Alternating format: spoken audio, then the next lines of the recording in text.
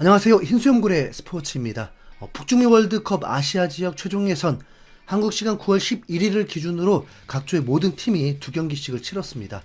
특히나 일본의 경기력이 그냥 정보니까 전달은 할게요. 두 경기 합쳐서 12골 그리고 무실점. 아시아 국가들의 전력이 모두 상향 평준화 되었다고 이런 말 하는데 일본의 경기력을 보면 너무 부럽습니다. 네. 우선 일본은 벌써 6년째 한 감독이 이끌고 있다는 거. 본래 조직력만 내세울 게 있던 팀이 선수들 퀄리티까지 올라가니까 진짜 환장하겠네요. 자, 우리도 선수들의 능력치 그 면면을 따져보면 전혀 부족함이 없는데 뭐가 문제인지 아마 축협 빼고는 다 알고 있을 텐데 말이죠. 어쨌든 다가오는 북중미 월드컵부터는 아시아 지역의 8.5장의 월드컵 본선 진출권이 주어지죠. 기존에 4.5장이었던 출전권이 8.5장으로 늘어나게 되면서 일각에서는 중국의 월드컵 출전을 위해 개편되었다는 이야기가 있는데요. 그도 그럴 것이 상업적인 측면을 고려하지 않을 수가 없기 때문에 14억 인구를 보유하고 있는 중국이 월드컵에 출전하지 못하는 것은 FIFA 입장에서는 막대한 손실일 수밖에 없습니다. FIFA의 공식 입장은 아니지만 누구나가 알고 있는 사실이죠. 충분히 이해합니다.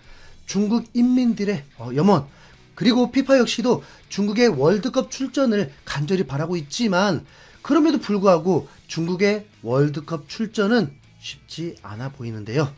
중국은 이번 2연전에서 2연패를 그리고 패배 이상의 씁쓸함을 남겼습니다.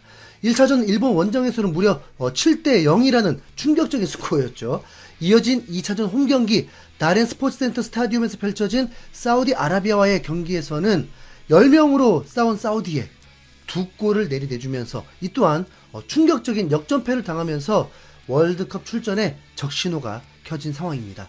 그야말로 굴욕 이라는 단어가 떠오르는데요. 경기 내용 역시 적민에게는 씁쓸함을, 제3자의 입장에서는 그저 헛웃음을 짓게 만드는 형편없는 경기력이었습니다. 자세한 경기 내용과 중국 네티즌들의 반응들 흰수염고래가 전해드리도록 하겠습니다. 역대 일본과의 맞대결 최다 실점 패배라는 굴욕적인 결과에도 자국 축구팀에 대한 기대감은 여전히 뜨거웠는데요.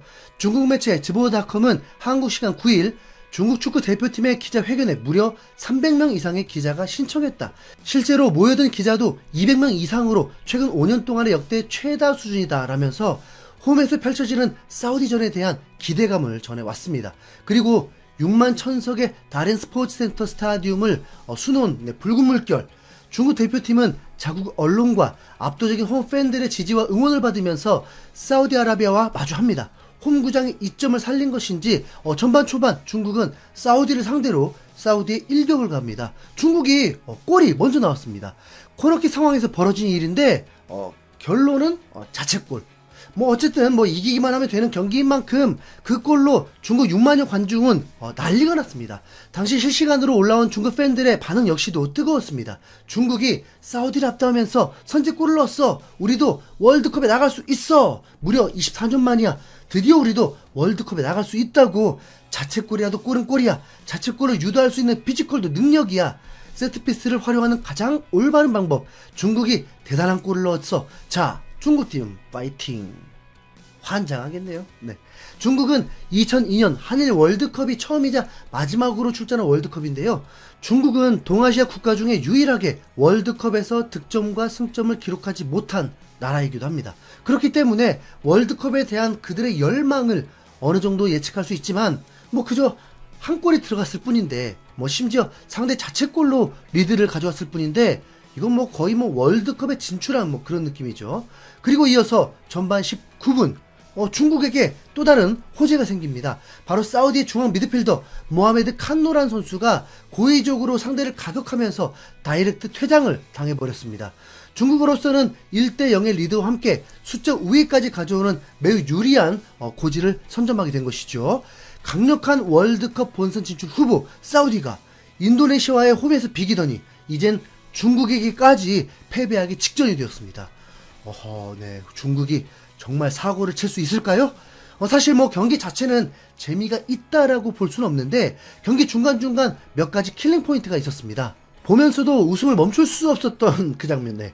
인민의 영웅 우레이의 플레이였는데요. 전반 27분 10명의 수적 열세에도 불구하고 뒤지고 있던 사우디는 라인을 끌어올리면서 적극적인 공세를 취합니다. 이때 비어있던 뒷공간을 그 친구 우레이가 침투를 시도했고 완벽한 타이밍에 적절한 패스 역시도 이어졌죠. 우레이는 곧바로 골키퍼와 1대1로 마주하게 되는 상황이었는데 이게 웬걸?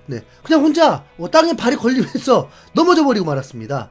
수비를 하던 사우디 선수가 그냥 당황을 할 정도였고 우레이는 민망하듯 엄한 잔디를 보면서 어이없다는 표정을 지었죠. 하지만 앞으로 닥칠 일에 비해서 우레이의 몸개그는 아무것도 아니었습니다. 전반 38분 코너킥 상황에서 사우디의 하산 카디시 선수가 강력한 헤딩슛으로 중국의 골문을 갈랐는데요. 높이 뛰어올라서 땅으로 내리 꽂아버리는 그야말로 헤딩의 정석 같은 멋진 동점골이었죠. 이때부터 중국 팬들의 반응은 요동치기 시작합니다. 어떻게 몇 년이 지나도 변하는 게 없나? 중국은 여전히 월드컵에 나설 자격이 없어. 처음부터 기대하는 게 잘못이야.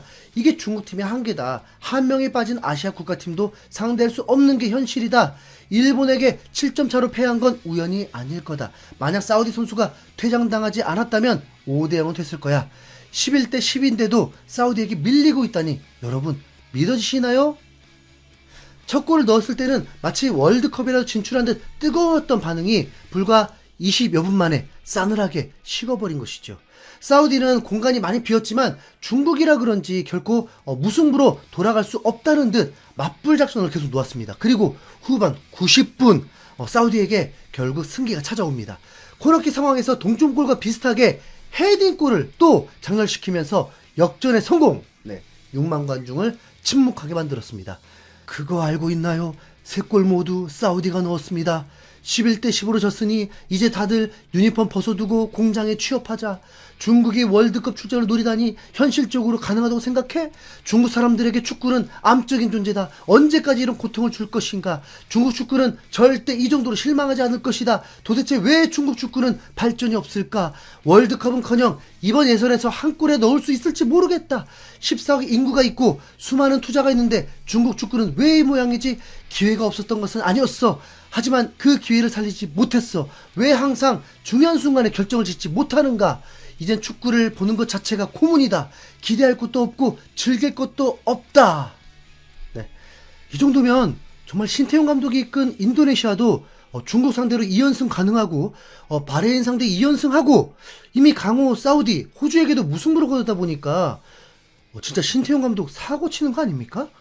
자, 앞으로 중국의 전경기 무득점, 자 여러분 기대해도 좋습니다. 마지막으로 사진 한 장. 도무지 이 대회가 아시아 지역 월드컵 예선인지 아프리카 네이션스컵인지 분간할 수 없는 사진 한 장 보여드리면서 영상 마치도록 하겠습니다. 곧 홍명보 이 양반 강력 비판으로 찾아오겠습니다. 지금까지 흰수염고리였습니다. 시청해주셔서 감사드립니다.